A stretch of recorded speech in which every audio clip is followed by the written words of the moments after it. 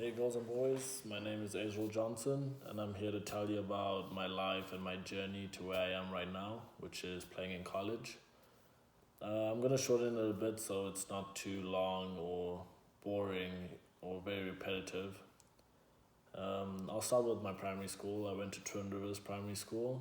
I attended grade 3 to grade 7, which basically that's where I feel it all started. I literally made the first team in grade 5.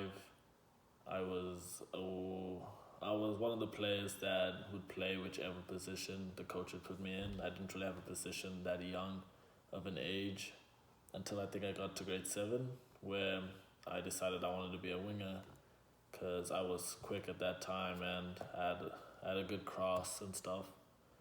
So fast forwarding a few years, 3 years to be exact, I went to Prince Edward School. My first high school I went to was Prince Edward School, which at the time was like a powerhouse, and it was very intimidating knowing that coming here I was different compared to everyone else. My background is different. It was just, it was very overwhelming. And I was no more that kid that was in primary school, well known, highly ranked, like very talked about. I was now this kid that was a nobody. I had to start all over again. I had to prove that I was good enough to play on the team and I was strong enough mentally and everything. So it was definitely a big change for me. It was just very demanding being at such a good high school playing with guys that all have the same dream as you. They want to all become pro. So that was really good for me. I really learnt a lot my first year. It was amazing because I got to play with my third year there. My first time I broke into the first team, I managed to play with Tatenda Mukuruva, or as people know him, Chitate. He was a goalkeeper. At that time, he was playing for Dynamos, who he had just signed with Dynamos, and he was playing with our high school. And I also got to play with Tenda Kadewere, or Monya as most people know him. So I did. I got to play with a lot of big names. It was really good, and I was very young. I think should have been 16. So I was 16 years old playing with these guys who were all 19 and some 20, I guess. It was just a lot to take in and definitely eye opener for a lot. Um, After unfortunately my third year there, I had just broken into the team, but I was falling back on my academics, so I decided to leave Prince Edward and get homeschooled and join Aces Academy. So at the time, Aces Academy was, I guess, the best academy in the country. So it was just basically another step higher. I had managed to accomplish what I wanted at Prince Edward, which was to make first team, and I was looking for a new challenge, which I guess the academy level was higher, and the players that I got to play with were very, very good. It was literally everybody there was trying to go pro. So the way they train, the way they act, they eating schedule, like fitness, everything that had to do with soccer was always done at their best because that's what we all believed was needed to go pro.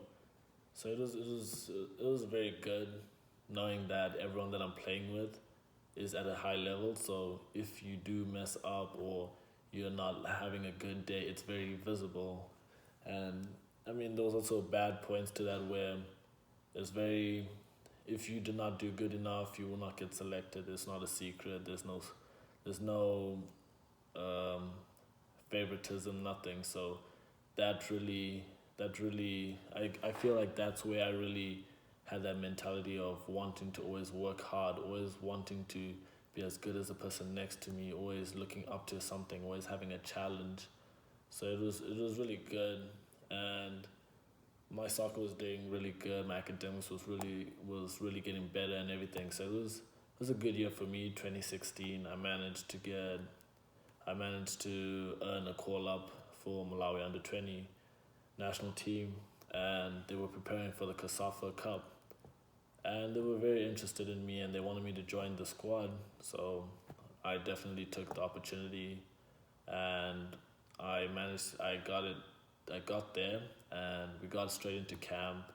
I didn't really get to see family. We went straight. We were given a hotel that the team was staying in, and basically, I got to experience what it was like to be a national team player. I got to I got to do interviews. I got to see a lot of kids that wanted to see me, talk to me, sign autographs.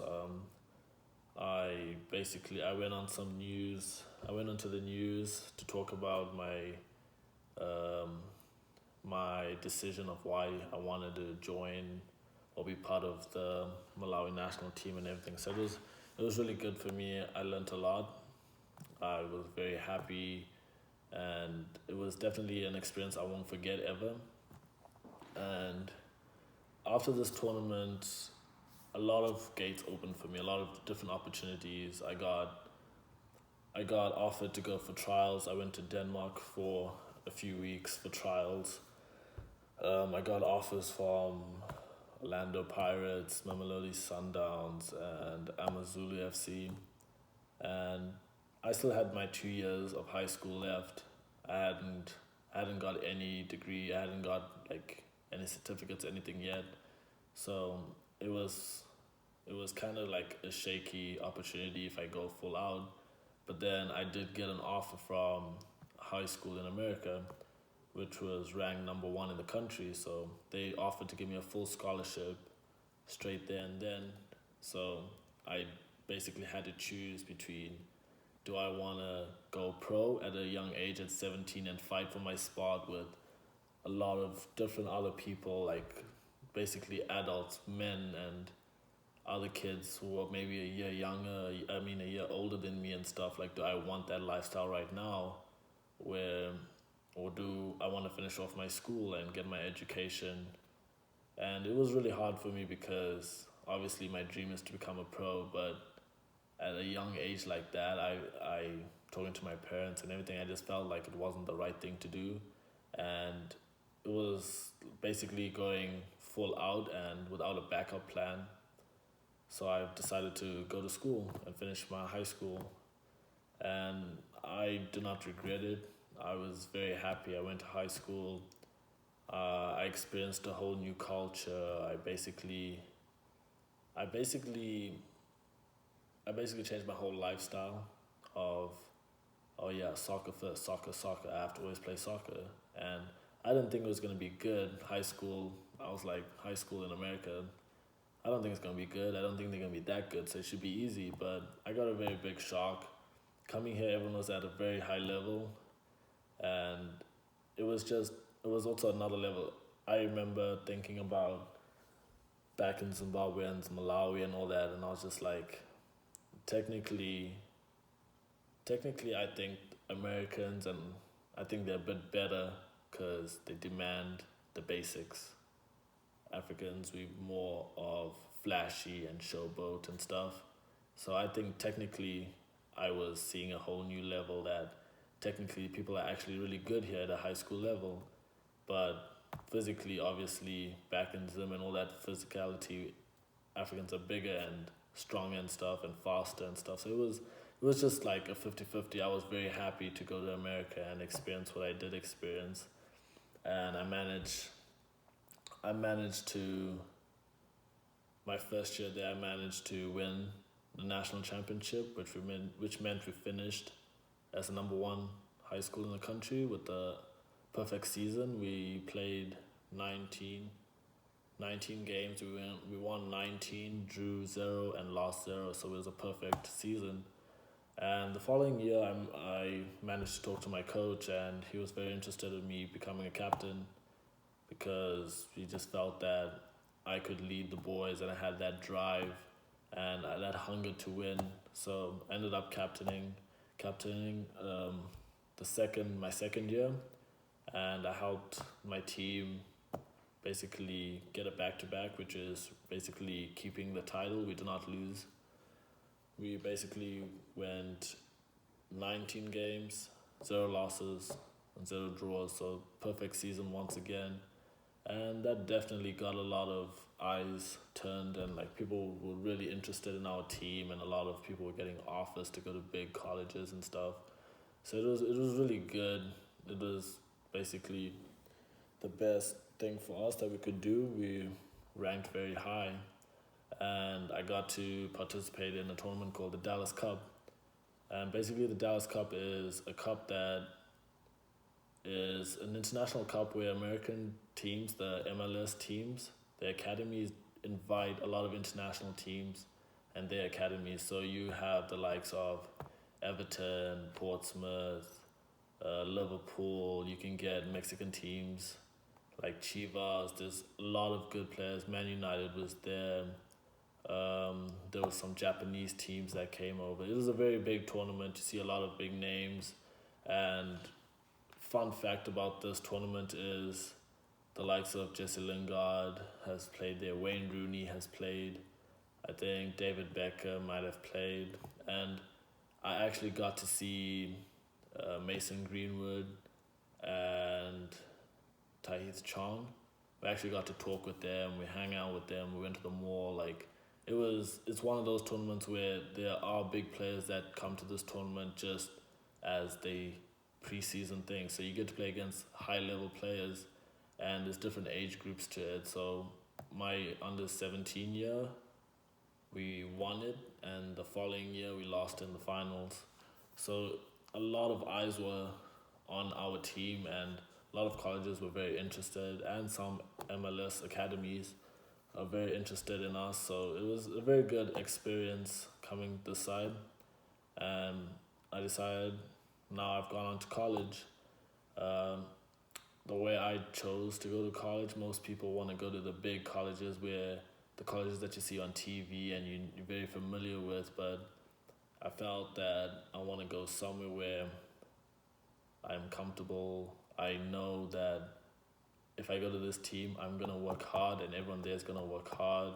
Very motivated, not very materialistic, but more of what suits you. Like, it's okay. It's good to have a nice college where your team is the best looking team, like it's the number one ranked, but are you going to be comfortable there off the pitch? Because there's more that comes to playing. Once you get older, there's more problems, more situations that occur around soccer. So instead of you just now always having a ride to go to training, or your parents drop you off at training and pick you up, or there's always your mom cooking for you or something, now you're alone.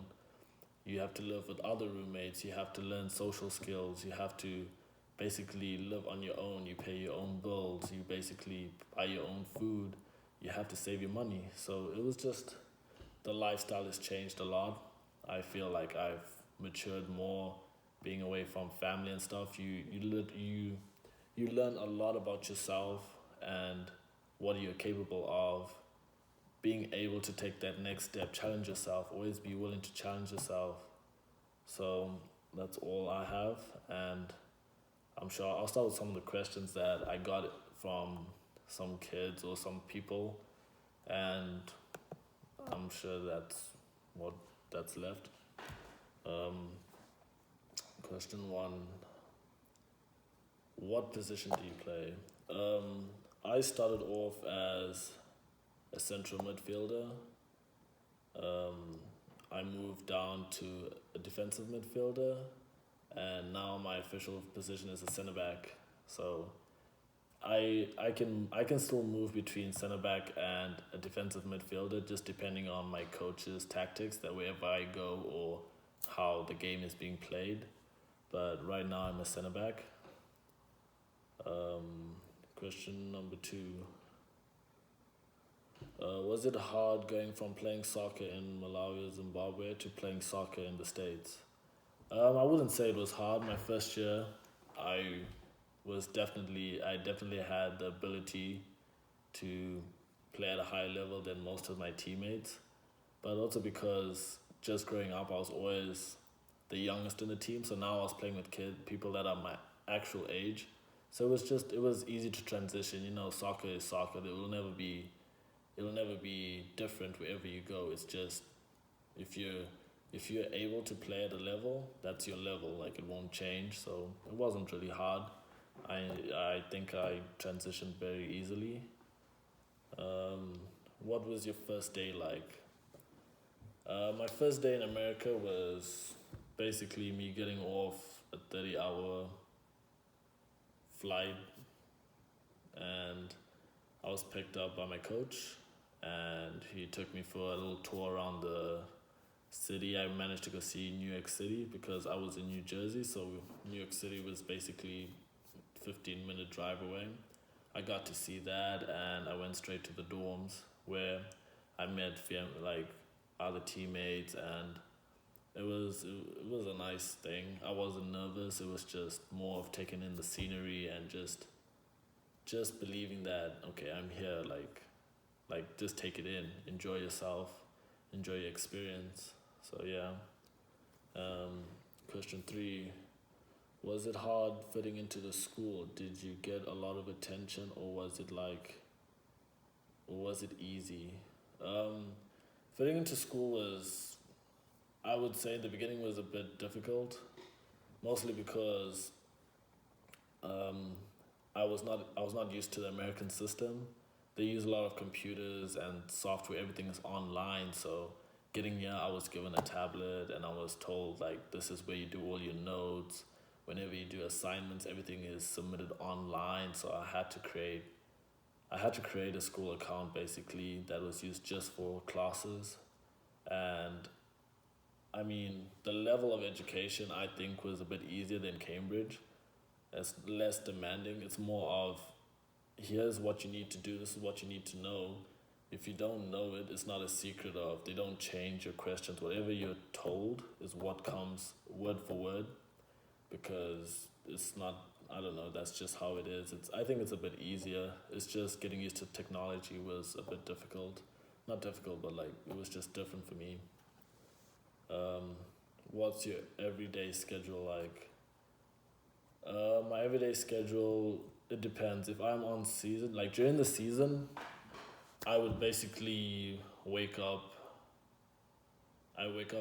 at 9:30 because my classes start at 10:30. So I wake up 9:30. I get ready. I have roommates, so we all get ready and we leave at 10.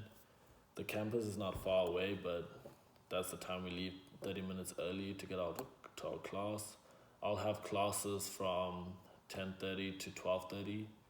Then 1 o'clock I have study hall for an hour 30 minutes. And after that study hall we have training. So training goes from roughly three or 3:30 to 5:30. Then 5:30 I would go back to my apartment, and I would either do homework if I have homework due, or I would relax and socialize. And I start my job at 8 o'clock until 12:30 a.m. every day. So that's basically my schedule. And I sleep at 1 o'clock after I've had something light to eat, and then I just repeat the day over and over. And I had no classes on Friday. And then during off season, or when it's not basically the fall, which is our season, it depends. I'll have less classes. I don't have as much training. I'll probably train 3 times a week. Just depends on what the coach wants. And there's a lot of weightlifting that comes off the season. During the season, you don't lift any weight, only in the preseason. So that's basically my schedule every day. Um,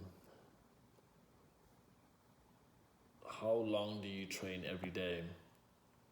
Personally, I make sure I run at least 2 miles a day, and then I would add in cardio. I would add in either like a lot of press ups, sit ups, different stuff that I can work on by myself without even leaving the house. And I hardly would touch a ball. I don't think I would never go out onto the field and say do soccer drills. It's more of conditioning drills, because while you're off season, it's very hard to keep your weight and your physique really good, if because the food that's this side is very fattening, and it's very tempting to always go buy food out. Like takeaway is very cheap, so it's just always have to make sure your conditioning is good. Like you'll never lose your touch. I feel you can always play for fun. I'll play for fun maybe once or twice a week with friends. We could play on the field for fun, just to kick around, but I would never actually put it into a schedule. Um, Next question. How did it feel to captain the number one prep school in the country? It was. I didn't really think of it as me being a captain. It was more of I just was leading guys or leading younger guys into basically the same mentality I had, or basically the other seniors had, people that wanted to win it, people that have won it already. So it was just more of keeping everyone together, making sure everyone had the same mindset. I don't feel like whether I was a captain or not, I don't think it would have changed how I talked to my teammates or how I would have acted or my advice I would have given people or anything. So I just feel like it was just there as a band. Like I felt like I just wore a band, but mentally I was one of the boys. It didn't really change anything whether I was captain or not. So yeah. Question 7. If I go to college, I hear people saying usually finish college after 20 years old. So is it hard for clubs to scout you? And what happens if you're not drafted? So basically you have 4 years eligibility of college, and within those 4 years you are most likely to get drafted. Not everybody gets drafted. Maybe 40 people, 50 players get drafted out of maybe 4,000 or 5,000.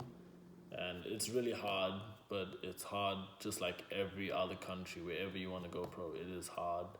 It is not easy, and I wouldn't say, like, what happens is people that do get drafted, they end up going to a league lower, which is the USL. It's basically the league below the MLS. And if you don't get drafted, it is okay because you can still go for trials.